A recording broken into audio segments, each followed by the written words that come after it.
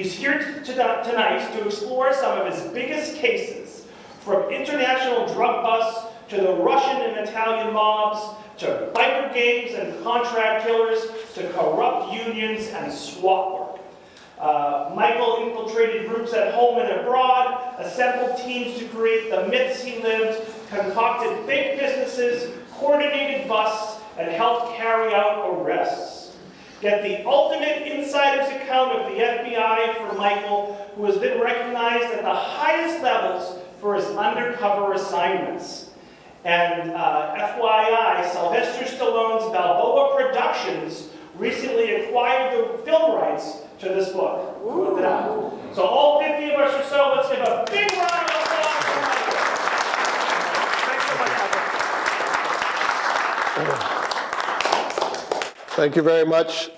I tend to wander, so if I start walking up the aisles, I'm not senile. I'll come back eventually. I want to thank Robert for inviting me here. I don't think I've ever been to Tewksbury. I'm from Groveland, the Haverhill area. I think Tewksbury, though, I do follow high school football.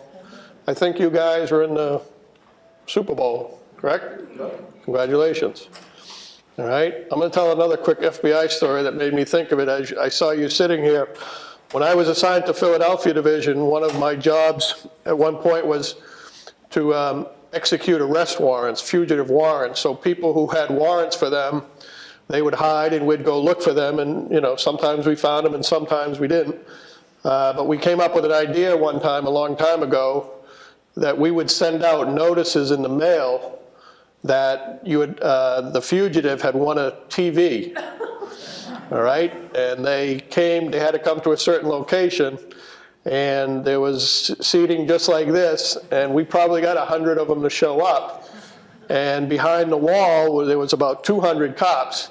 So after we got as many of them in the room as we could, we unfortunately told them we weren't selling TVs, we were the FBI, and we were arresting them. And everybody understood they were okay with it, except one guy who was adamant he wanted his television. He wanted the television. We told him we were going to give him a television, and he wanted a television. So that's what memories come back when I look at this. Not that I'm suggesting any of you look like you have warrants. All right? A couple. We do want our book. I'm sorry? We do want our book. Yeah. I'm assuming you're not selling TVs. We did. So what I'm going to do, let me start out with a little bit of an introduction. Ghost, my 30 years as an FBI undercover agent. Okay, I wrote this book, all right? I wrote it for 4 people. I never intended for anybody other than my wife and my 3 children to see this, all right? Things changed, obviously, but that's who I wrote it for. And people say to me a lot, you were an undercover agent for a long time, why would you write a book? And again, I just told you why I wrote the book. I wrote it for my wife and my 3 kids. My kids are grown, obviously, but my children would tell stories at Christmas time and as they grew up, and they said, we really never understood what Dad did for work. He worked funny hours, the phone would ring and he'd have to leave, and sometimes he was gone for weeks and months at a time, and they really didn't understand it. And when they were little, my middle son tells a story. He was home sick from school one day, and the doorbell rang, and Dad was asleep, and I didn't even know that he was home. And I went down to answer the door, and I had a gun hidden behind my leg. And my son to this day doesn't understand why I greeted the UPS driver with a gun behind my leg. And then my kids also remember, which I forgot, I would work very unusual hours. When you work undercover, you do not work a 9-to-5 job, obviously. So my kids would find me in bed, when they came home from school, or just different hours. Every day was different. And my children got in the habit, when they had to wake me up, they would have to wake me up using a broom handle to poke me, because I sometimes would leap out of my sleep to grab somebody. And again, it's funny, we chuckle, but just think if you're a little kid and you're waking your dad up with a broom handle, that, I don't think a lot of kids had that issue. And then another story, one of my wife was insistent that I couldn't do work in front of the children. I had to go in the basement when I had to do something FBI related. So I'd be down in the basement with a tape recorder talking to bad guys, and my kids would come in to use the PlayStation or what have you, and they would see their dad whispering on a tape recorder.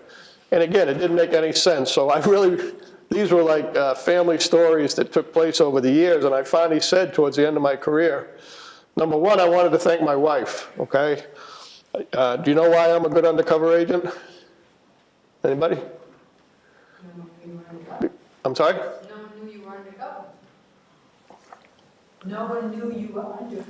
No, it's because my wife thinks we've been happily married for 35 years. Okay?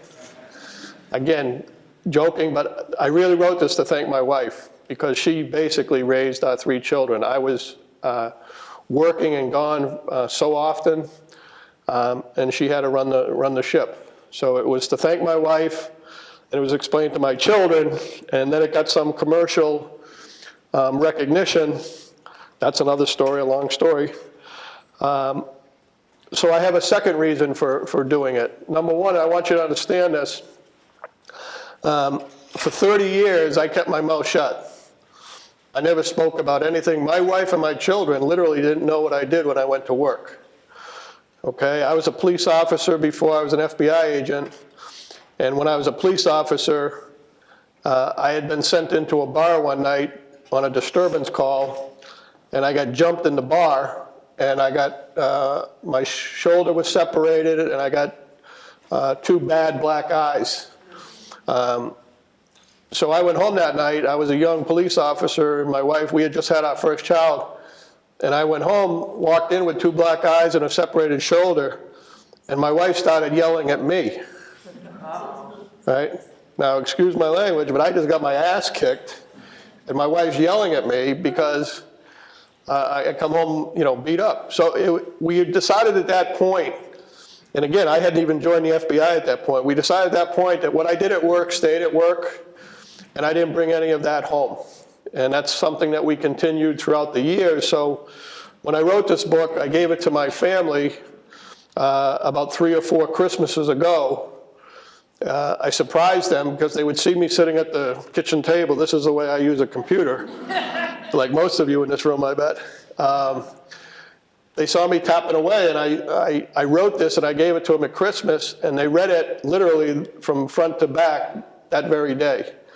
And even my wife had no idea what had happened for the past 30 years.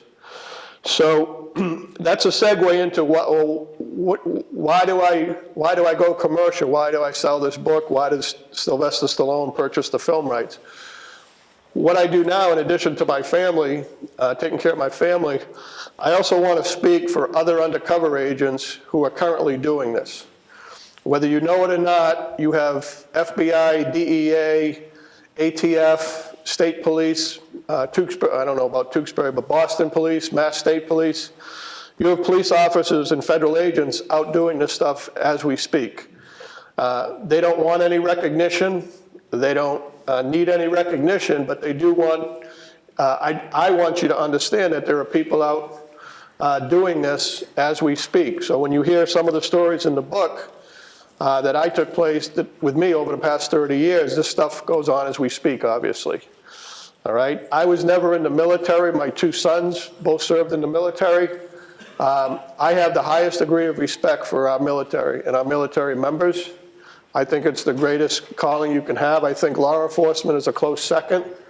So if I can speak now as a retired agent on behalf of current agents who do this for a living, I just want people to recognize you do have law enforcement out there doing this technique as we speak, and basically locking up bad guys.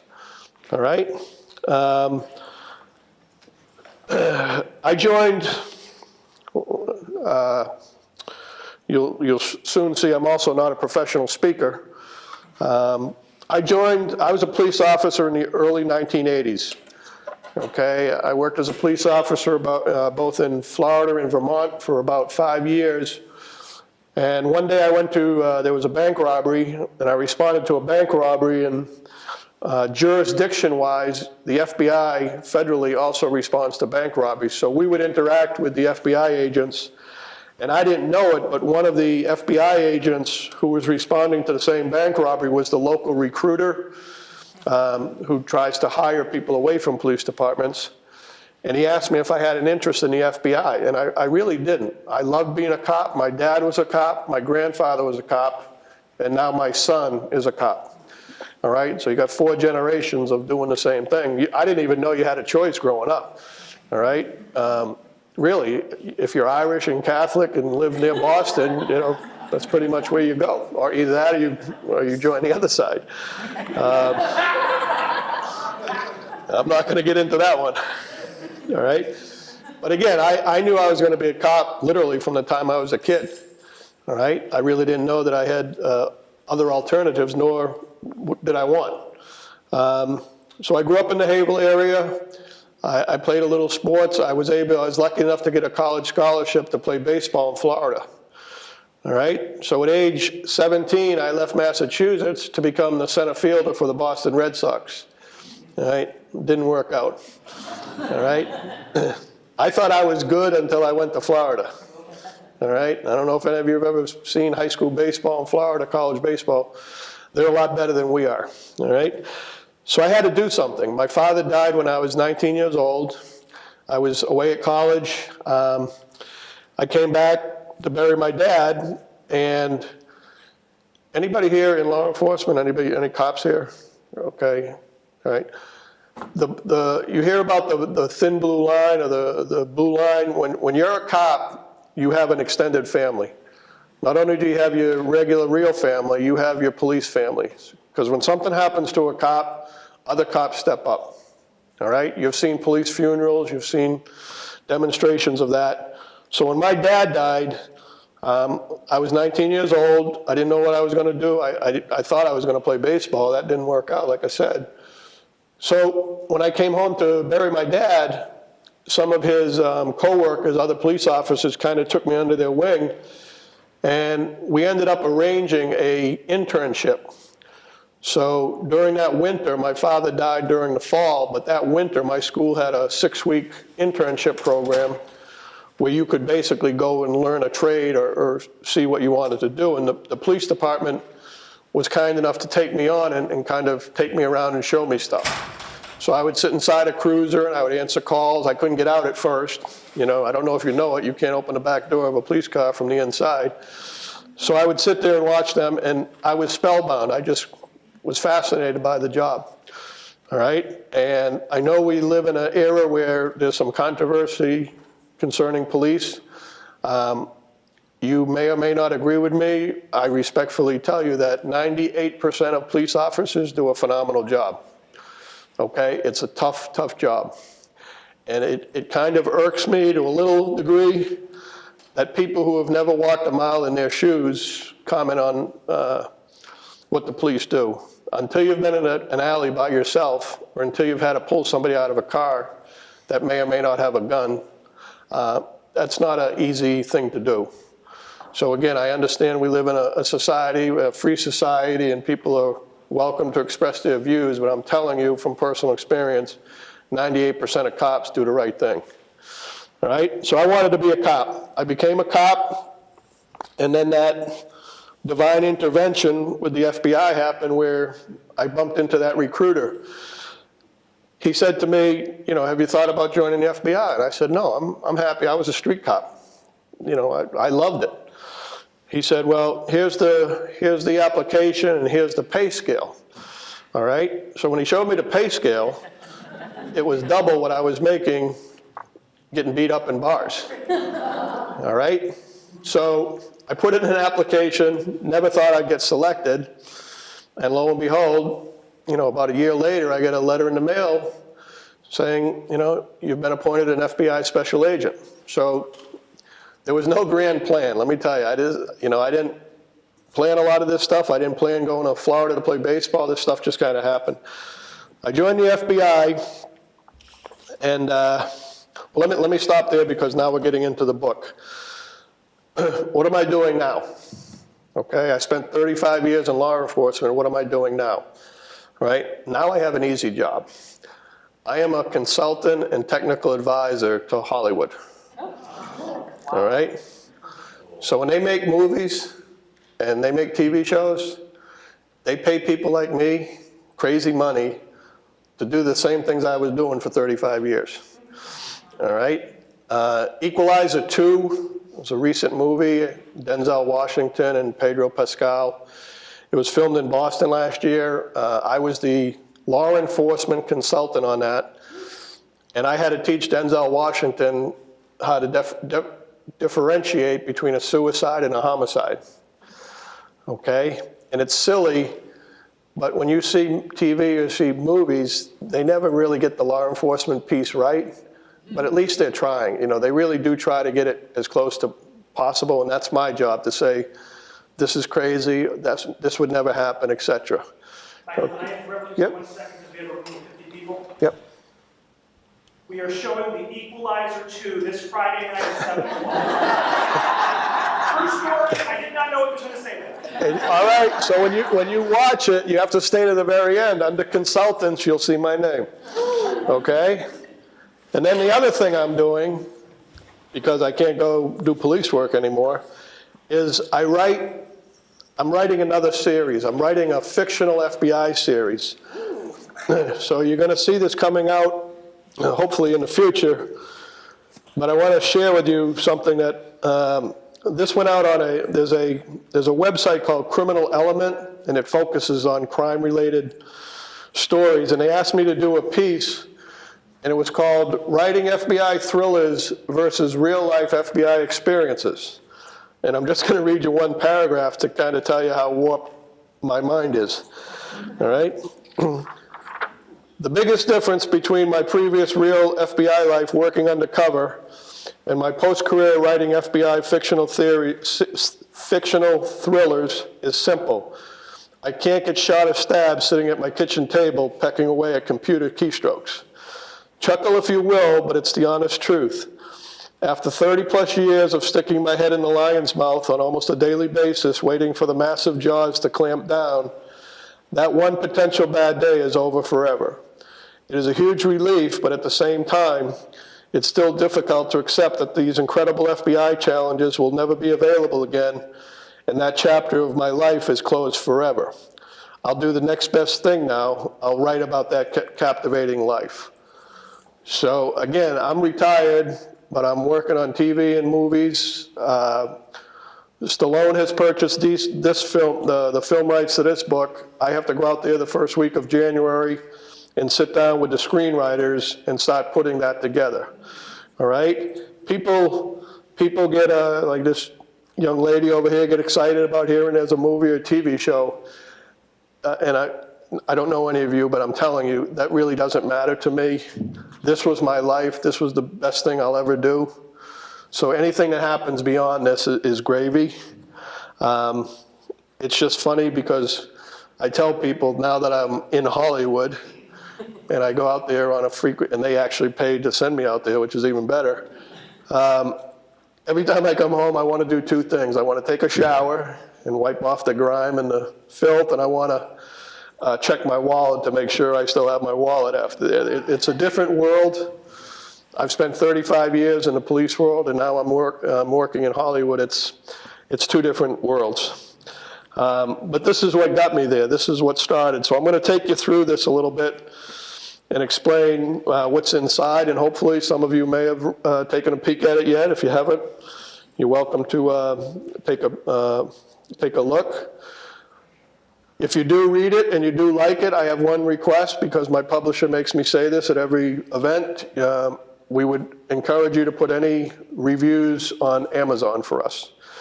That's how the book gets publicized. So anybody who wants to and cares to, you can put an Amazon review on. What's the book about? The book's about, like I said, the book was meant for my family. The book is about my 30-plus years, and it's a lot of good days and a couple of bad days. And what do I mean by that? On the good side is you'll read about some of these cases that I was involved in, and I always say this so that everyone understands, this is my story and the things that I did. Nothing in the FBI and nothing in law enforcement gets done by one individual. It is more of a team concept than any professional sporting team you'll ever see. All right? When I go do my thing, when I'm doing my undercover thing, I have literally 5, 10, 15 agents supporting me in different capacities. All right? That was my thing. That was my lane. But you have a case agent, you have surveillance agents, you have support personnel, you have management. It's a team effort to do this. So when you hear this, I hate using the word I can only obviously speak of my experiences, but any case that was done in here was done by many, many FBI agents. All right, so this isn't a one-man show, and same thing with TV in Hollywood. There's always one hero, not in the real FBI, okay? It just doesn't happen.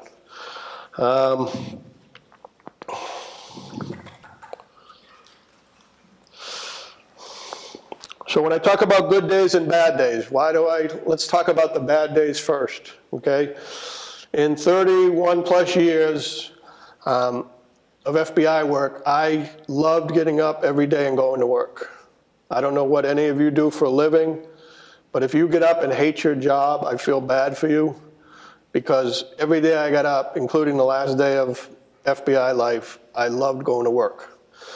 Okay, I'm going to read you the opening chapter. We're going to skip around a little bit, but here's one day that didn't go so well, and you'll understand what happened in a minute. All right, we're going to go back in time a little bit. On April 10th, 1994, started no differently than dozens of days before it. My internal clock roused me before dawn in the bedroom of our modest 3-bedroom home in Swedesboro, New Jersey, and my brain immediately started reminding me of things I had accomplished that day at work. Evidence tapes to review, transcripts of phone surveillance logs. The life of an FBI special agent assigned to a drug squad was always busy with cases to investigate, paperwork to fill out, and trials to prepare for. Today wasn't going to be any different, or so I assumed. What stood out that morning as I lay in bed under the queen-size comforter next to my beautiful wife, Samantha, was the fact that at this point in my young career as an FBI agent and father, my life seemed damn near perfect. Professionally, things couldn't have gone better if I'd written the script myself. I had what I considered to be the best job in the world, protecting Americans and our way of life from those who would do us harm. I'd served as an FBI special agent for 7 years, and as a uniformed policeman for several years before that. During my first undercover operation, my dedicated colleagues and I spent 2 years penetrating an international drug smuggling operation in Pakistan, which ended on the night of October 15, 1992, when we seized 46 kilograms of high-grade Pakistani heroin valued at $180 million. It was the largest heroin seizure ever in Philadelphia history, and still ranks as one of the top 10 heroin seizures of all time. It had been an enormous coup, and the kicker was that we obtained the heroin without paying 1 cent of US taxpayer dollar. That's right, we had convinced the bad guys to front us the drugs. In other words, the bad guys expected us to pay them back, which we did in a sense, but not with money, with arrest halfway around the world in Pakistan. In the blink of an eye, I'd gone from an unproven new FBI agent to golden boy. High-level management types who didn't know my name or those of my colleagues before were now heaping praise and awards on us. A year and a half later, as the case moved to trial, we still couldn't do any wrong. In terms of my personal life, I had the luck and good sense to marry an incredible woman who was strong, kind, and who shared the same blue-collar values that I had. Work hard, take care of your family and loved ones, create a better life and a wide range of opportunities for your children. When I kissed Sam and slipped out, I wrote this book with a co-author, so all the good stuff is mine and all the sappy stuff is his, all right? This is when I kissed my wife. I never kissed my wife goodbye in the morning, but I had total confidence that while I went to play cops and robbers in the big city of Philadelphia, she would attend to the needs of our 3 children with boundless energy, spirit, and love. With the lights off, I padded down the hallway in bare feet to check in on them. First, our two sons, Russell and Michael, ages 8 and 6. Their small bedroom formed a picture of everyday American life Norman Rockwell might have painted. Beds pressed together and sleeping so that their heads were inches apart, baseball gloves and other sports gear on the floor, a half-finished Lego construction set tilting in the corner, shelves crammed with plastic guns, dirty clothes, coloring books, and Ninja Turtle figurines. Around the corner, I peeked in the little bedroom of our 3-year-old bundle of joy, Paige. Her fat cherub cheeks magically taking in and exhaling little breaths of air, a soft black and white blanket tossed haphazardly across her chubby legs. Was it my imagination, or did she wink at me when I gave her a quick peck on the cheek and brushed her golden curls away from her eyes? Silently, I moved to our tiny, cold bedroom and slipped on my gym clothes, running gear and Everlast boxing t-shirt at the sleeves to show off my guns, all right? FBI American Eagle backpack in hand, I crept downstairs, collecting my car keys, and past the dark shadows of the wooden rocker in front of the TV, the expensive new couch we would be paying off forever, and the toys on the floor. It may have struck some people as suburban chaos, but I wouldn't have changed a thing. All right, the point here is I'm trying to bring the reader in to my life at that point. On this day, April 10, 1994, my life was almost perfect. Okay, and by the end of the day, it was a disaster. All right, and we'll skip ahead a little bit. So I drive into work, I exchange greetings with my colleagues. There's some humorous parts here. You'll have to buy the book to read them. But anyway, as this day goes on, we get to the point where seeing that it was close to lunchtime, I headed up to the evidence room vault, which occupied more than half of the entire 8th floor. Since seized in October '92, the 46 kilograms sat among boxes of other FBI evidence, including seized drugs, guns, knives, suitcases, computers, backpacks, and phone. I told the vault support employee on duty that I wanted to review, mark, and prepare the drug evidence for transport to court. She asked me to sign in and write down the case file number. As I entered the cage vault, I noticed a man in a white shirt and tie standing with another support person. He wasn't someone I recognized from our division and had FBI headquarters written all over him. Strange, but none of my business.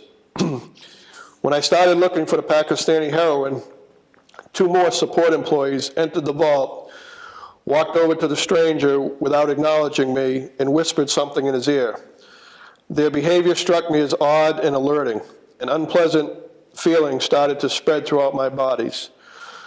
You've heard about police, I think you've heard the expression, the hair on the back of your neck, sixth sense, danger.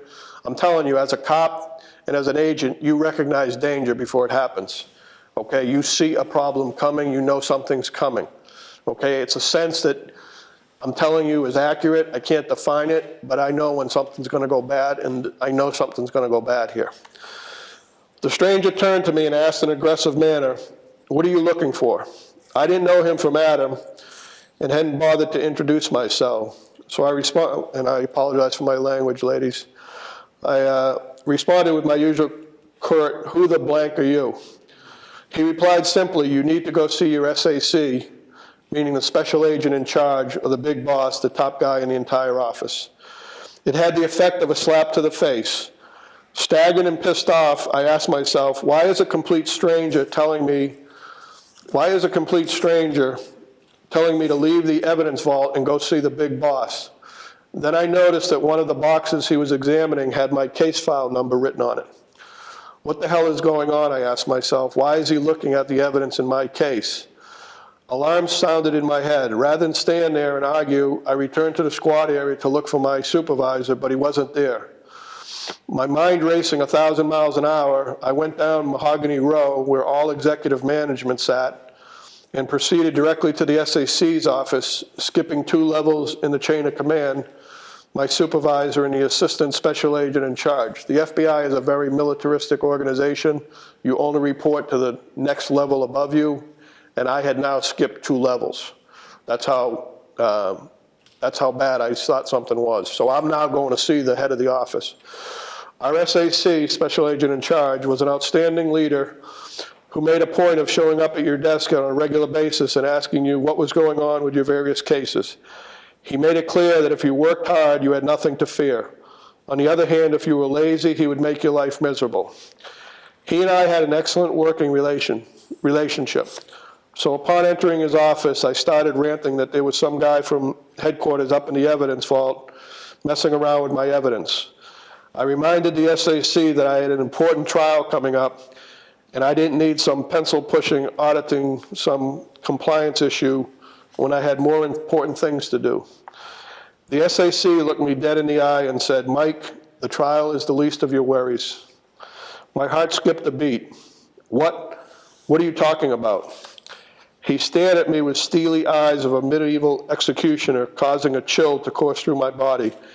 I'd never seen this side of him. "Mike," he said, "we have reason to believe the drug evidence is missing from the evidence vault. It's a very serious matter. An internal FBI investigation is underway. I want you to return to your squad area now. You're not to discuss this matter with anyone, including your wife, unless and until directed by me. Do you understand?" "Yes, sir." Dismissed. I felt like I was going to either faint or throw up. I had no idea what had happened, but the SAC had made it clear that there was a huge problem, and somehow I had ended up in the middle of it. I literally couldn't think straight. Fragments of thoughts passed through my head, and somehow, I don't remember how, I was back in the squad area. But since I couldn't talk to anyone, I didn't want to be there, so I hurried outside.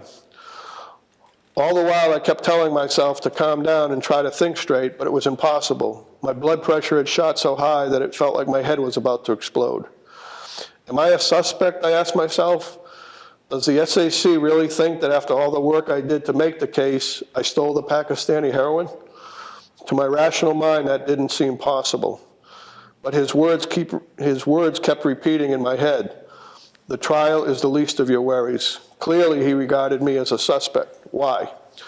Starting to panic, I got in my car and started driving aimlessly around the city. Nothing like this had ever happened to me before, and I didn't know what to do. I couldn't discuss the situation with other agents, and I didn't want to upset my wife and kids. How could I go home and say, "Hi, honey, you know that case I worked on for 2 years around the clock? Well, the evidence was stolen, and the FBI thinks I did it." In the days that followed, the pressure grew. FBI internal investigators read me my Miranda warnings and took my fingerprints. Incredibly, my own employer, the agency I had worked like a dog and risked my life for, was now accusing me of stealing almost $200 million in heroin and cocaine and reselling it on the street like a common dope dealer. How is this possible? Not only was my perfect life over, and the reputation I had worked so hard to achieve, that I had worked so hard to establish, was in the toilet. If I couldn't find a way to prove my innocence, there was a strong possibility I'd end up in federal prison, hanging with some of the same drug dealers I'd put away. I was in the fight of my life, okay? That is not fiction. That is a true story. In 1994, I was accused of stealing $200 million from inside an FBI evidence vault, okay? And to this day, that upsets me to the point that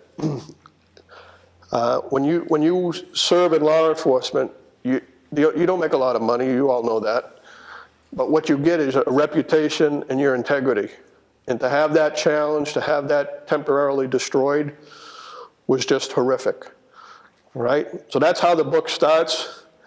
I come out all right at the end, but for 3 months, I was the subject of a massive FBI criminal investigation. The FBI wanted to arrest me. They prepared an arrest warrant. The FBI wanted to search my house where my wife and my 3 young children lived, okay? The FBI followed me, all right? So some people say I might have a little bit of a chip on my shoulder. Yeah, I do, okay? But I don't want my FBI career to be defined by that event. What that event did, is it made me constantly challenged to prove myself again and again to the FBI that they had made a mistake.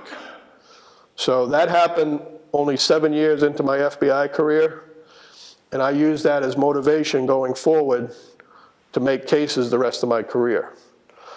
I don't know if any of you have ever been arrested, or even worse, if you've ever been accused of something that you didn't do. It's a horrendous experience. And as a police officer and as an FBI agent, I never cut corners. I never locked anybody up that didn't deserve to get locked up. Okay, I did everything by the book. I did everything fair and square, the way I was taught. And to have the FBI turn on you in a minute's notice is just, I can't describe it other than horrific. All right, but that's not what I want the book to be about. So what you'll read as a result of that case, when I was finally exonerated, and again, how do you like this? I go into the FBI and I have to be interviewed like a subject.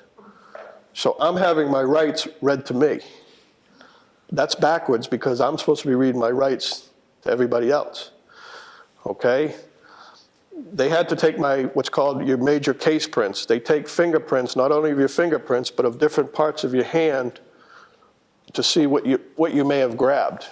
Okay, they're called major case prints. The FBI chose to do that with the door open in my office. So my fellow employees walked by, saw me giving my major case prints in the mugroom, and immediately I was about to be arrested, okay? I don't think I have to say it. I didn't do anything wrong. I didn't have anything to do with it, okay? The agent that was eventually convicted of the crime stole the heroin from my case, stole the heroin from my Pakistani case, and he also stole cocaine from a different case I worked. So the only agent involved in both cases was me, okay? That's called being set up, all right? It worked out at the end. There's three chapters in the book related to that, but it kind of scarred me for the rest of my FBI career. Did it blow the case? I'm sorry? Did it blow the case? Did it blow the case?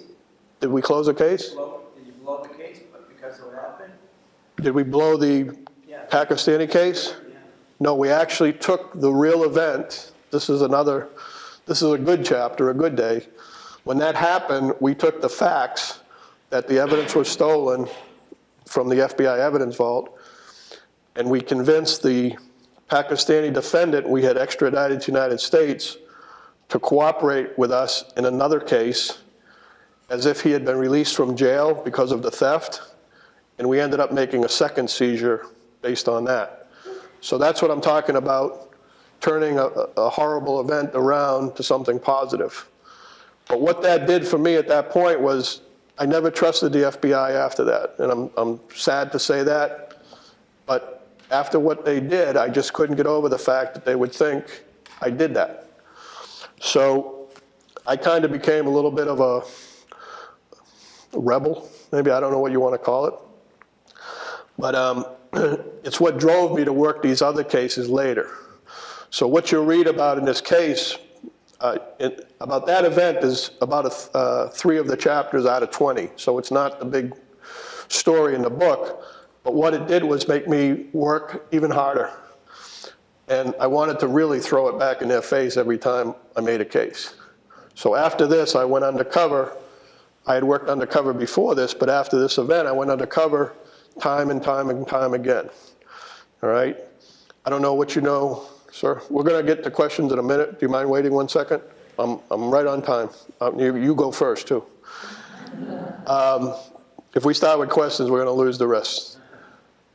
From this day forward, we made the case on that. We made another heroin case. So the first case, we seized 45 kilograms of heroin, which was a massive seizure. Because of that theft, in the second case we made, we then seized 50 kilos, even more.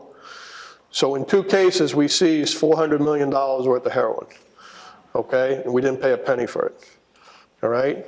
And from these cases, that led into the rest of my undercover career, and I'll just go briefly through it.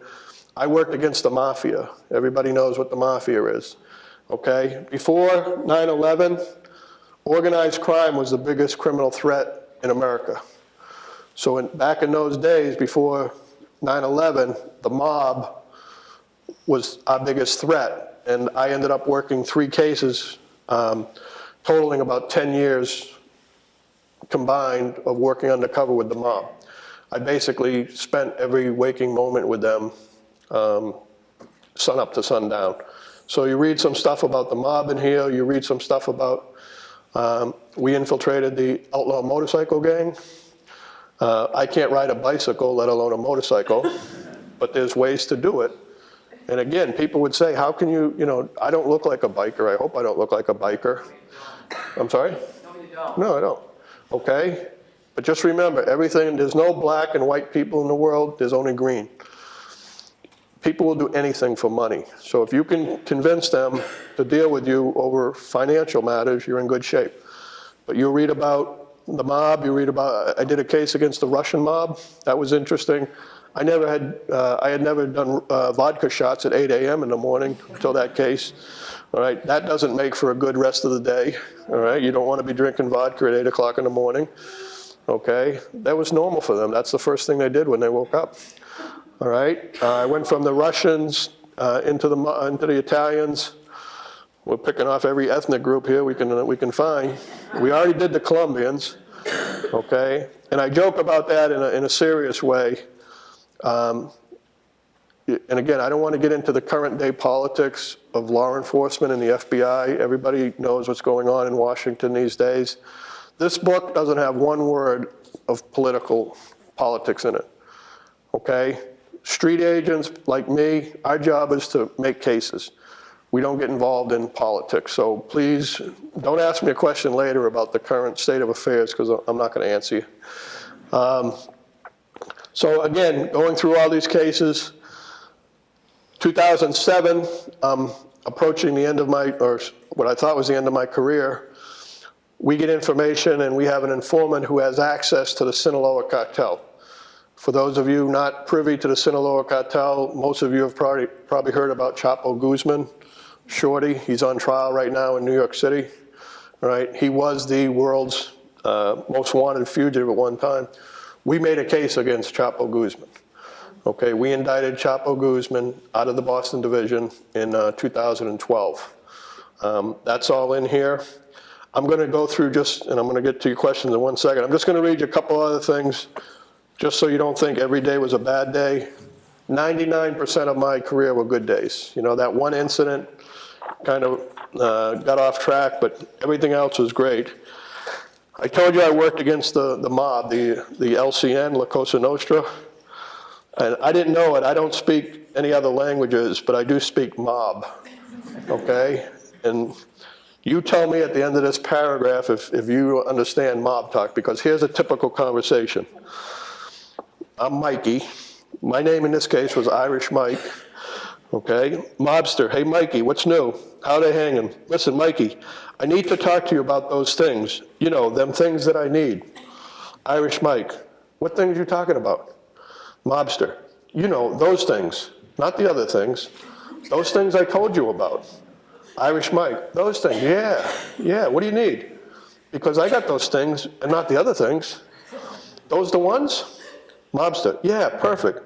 That's exactly what I need. You're a good guy, Mikey. How's your dog doing?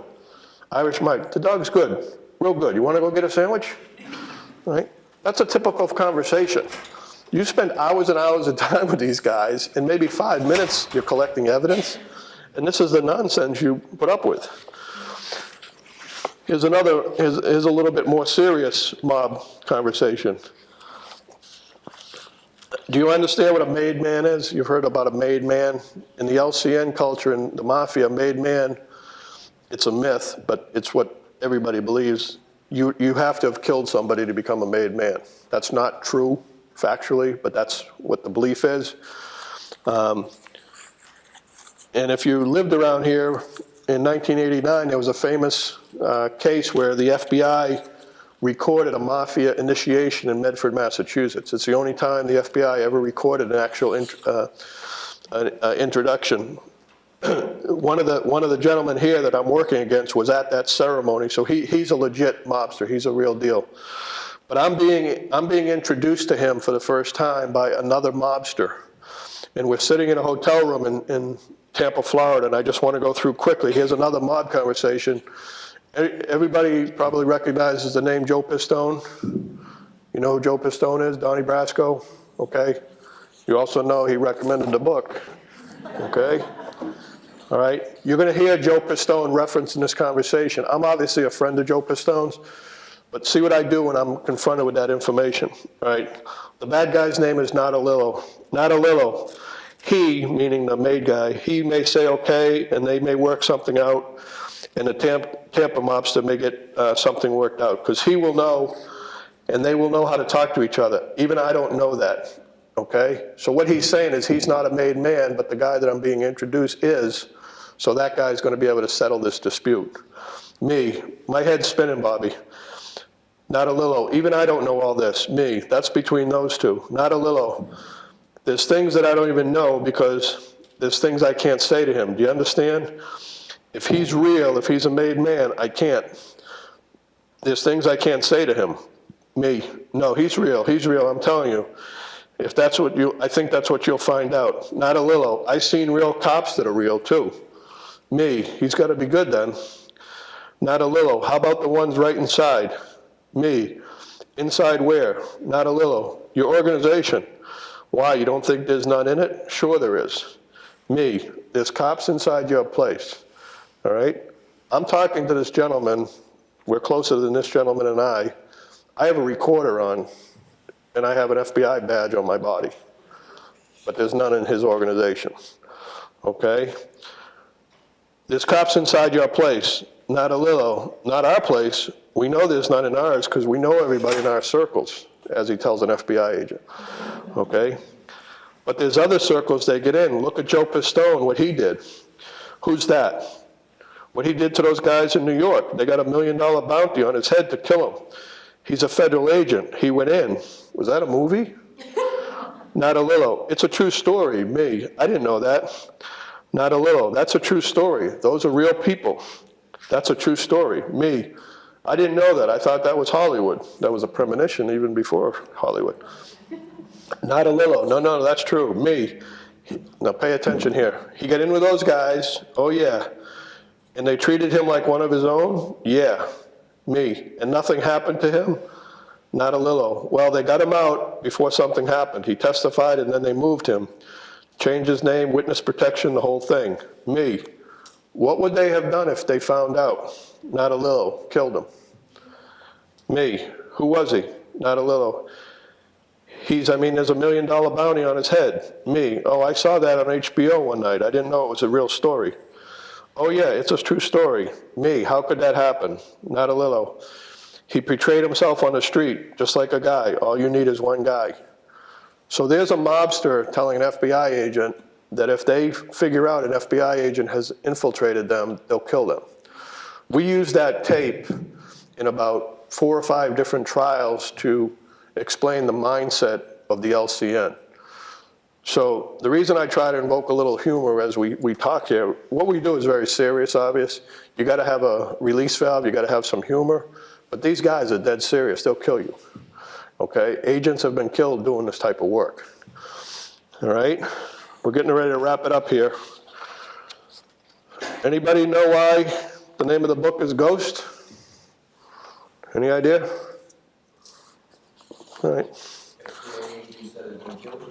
FBI agent what? That's been killed. Nope. Slipping in and out like a ghost. You're getting there. I'm going to tell you why. It took me, the book is 305 pages, and I came up with the title on page 305. I'm serious. I'm going to read you the last little piece, and then we're going to get to the questions. This is in the final chapter as my career has come to a close. I was retiring and I got some email. I'm going to start with one that you'll kind of pick up on pretty quick. A senior male agent said in an email, Wilfred. He calls me Wilfred because I resemble the TV character in Pitchman, Wilfred Brimley. for those of you who remember them. All right, Quaker Oats. You will always be one of the very few people on this job that I truly respect, admire, and have tried to emulate. One of the greatest things you taught me was not to give a blank what anybody else thinks if you know what you are doing is the right thing. Words like that from colleagues I respect mean more to me than any awards. In 2007, my division selected me as the recipient of their highest award. It was special because it was given to me by my peers, fellow agents who work beside me every day. The SAC who presented it to me described me as an agent who continually goes into the belly of the beast against the worst of the worst. I stood at the podium and addressed my fellow agents, my wife and daughter in the audience. My oldest son was overseas with the Marines, and my youngest son was away in college, and said, I work in a specialty area within the FBI, which by its very nature is secretive and whose success is recognized by the ability to remain unrecognized as an FBI agent. I'm not comfortable being recognized. I much prefer to remain a ghost, a shadow hiding in the background. Okay, and that's how I ended my career. And now I'm front and center at the Tewksbury Public Library and all over the place. All right.